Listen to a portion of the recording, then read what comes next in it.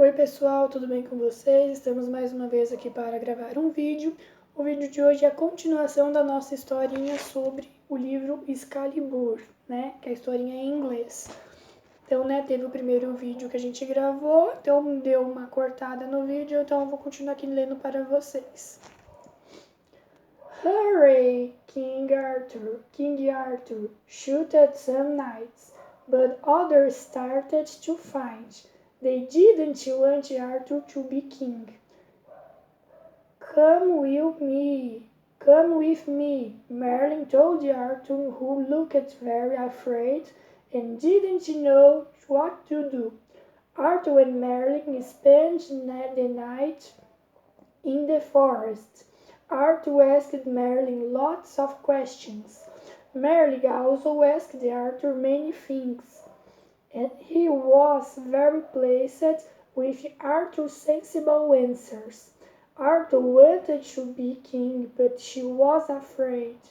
Merlin promised to be there to help Arthur and to use a little magic if he needed it. In the morning, Arthur left.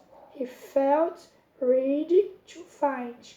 He knew he'd had to make all the knights follow him. He found a group of loyal knights who wanted him to be king. They set off to find Lord Leodegrace, who was the leader of the enemy knights. Chapter 3. Arthur and his knights rode to Leodegrace's castle. They want to find him and make him join them accept Arthur as king. When they reached the castle, Leodegrace was ready for them with many men at his side. Don't be afraid, Arthur, said Merlin. Tell your knight to cross the drawbridge and get into the castle. Arthur used excalibur to cut the ropes that held up the drawbridge.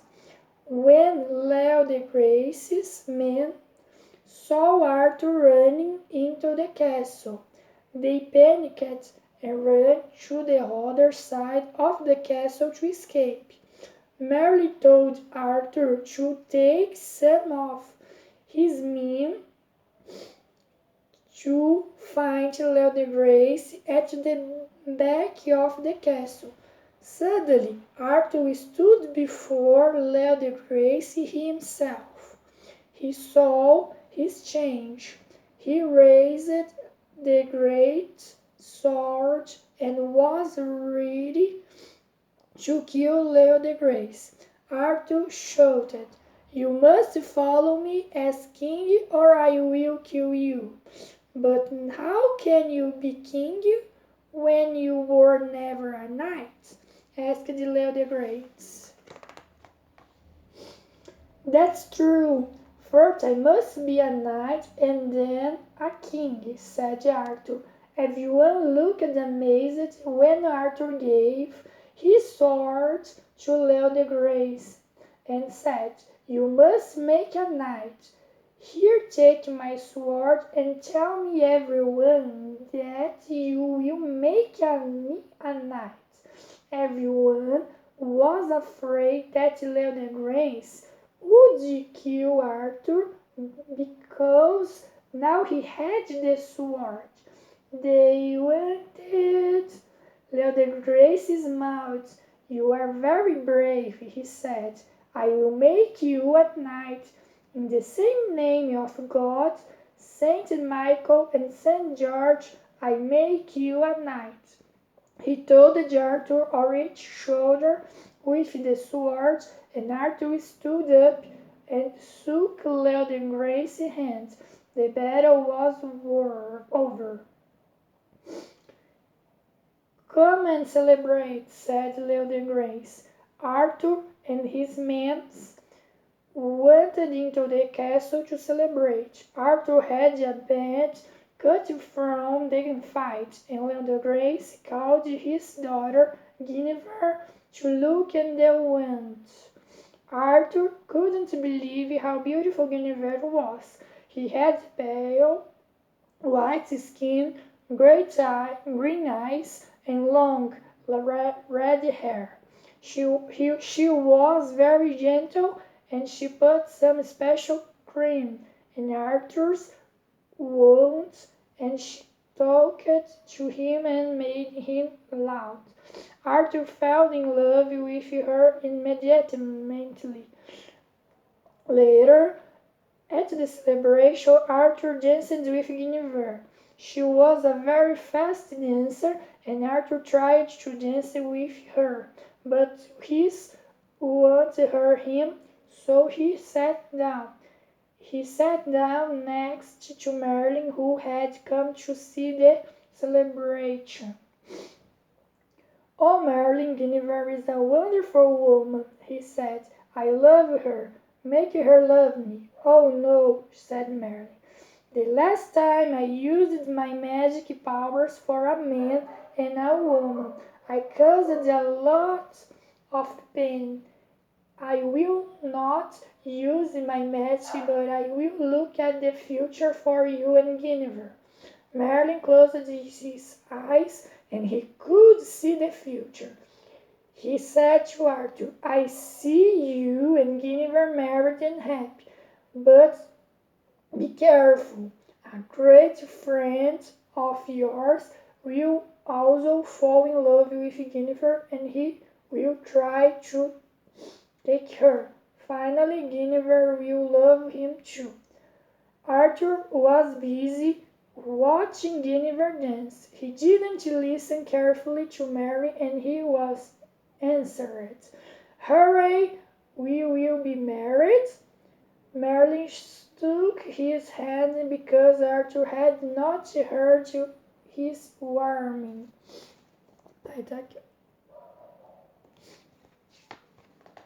Chapter 4. For a period of time after Arthur stopped fighting with Leon and Grace, life was more carefree for him and his knights. They rode around the kingdom and made plans to help the people. One day Arthur was riding with his men when he came to a bridge. On the bridge was a knight and a beautiful white horse. "Move away so we can cross the bridge," shouted Arthur. "I will not," replied the knight. "Why? I am the king, and I order you," said Arthur angrily. "My name is Lancelot, and I am looking for a knight or a king to follow. But first I want to find them to see if they are brave," said Lancelot. Arthur was amazed to hear this, but he liked the knight's courage. "All right, I will find you," said Arthur, and he approached the knight. "Be careful, my lord," shouted his loyal men. Arthur saw that the other knight was strong and ready to fight. First, they found all their swords using their lances. They managed to push each other off the horses. They fell to the ground and started using their swords. Lancelot was a very good fighter and used his sword with skill. Arthur began to get tired. He fell down, dropped Excalibur, and Lancelot stood over him ready to kill him. Arthur panicked and called all the magic powers of Excalibur. "Oh, help me, dear sword," he said. Excalibur flew across the Lancelot and was ready to kill him. "No!" shouted Arthur. The sword stopped. Arthur felt terrible that he had tried to use the magic sword to kill Lancelot. a good, brave knight.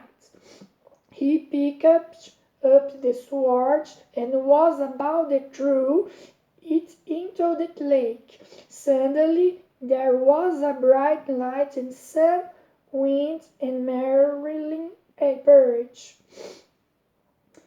"What are you doing?" he said. "You need Excalibur to win battles." Arthur looked sad, but he put his sword down. "You didn't kill me," Lancelot said. "I am so happy. You are good, brave man and king, and I will follow you." He went on his knees and kissed Arthur's hand and said, "I am your friend, knight and servant." Arthur and Lancelot became good friends and went everywhere together.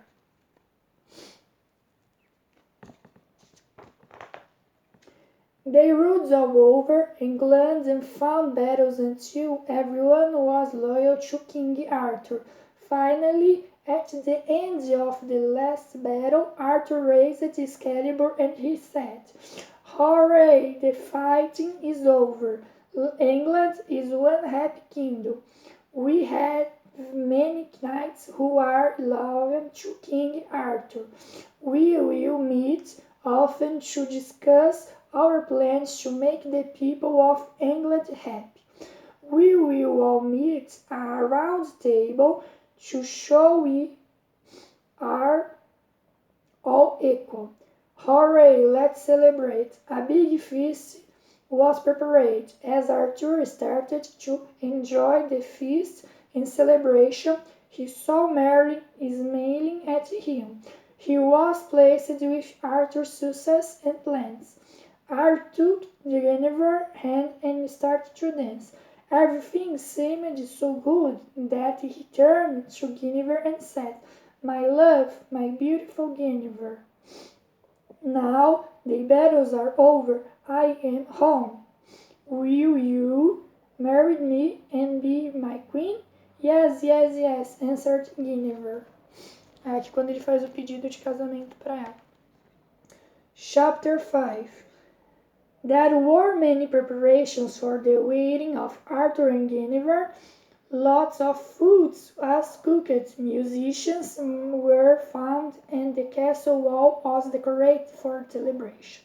Finally, the big day came. Guinevere was dressed in a beautiful, long red dress, and she had flowers in her hair and a small gold crown on her hand. She looked beautiful. Arthur sent his best friend Lancelot to bring Guinevere to the wedding. When Lancelot saw Guinevere, he thought she looked stunning. He stared at her and couldn't speak. Guinevere's friend was near her and they all looked at the handsome knight. They looked nervously. "They are alone because one of them helps to marry you," said Guinevere. "Which one's you close to ask?" "I will choose only you, my dear Guinevere," he said. "I love you as my queen, but also as a woman. I know I can't marry you, so I will never marry, but I will always love you." Guinevere was amazed and didn't know what to say. She felt love for Lancelot too, but she was her wedding day, so she smiled and she's nothing. The wedding took place and many people came to the celebration. Merlin was there too, and he was proud of Arthur. While he was sitting at the table, and young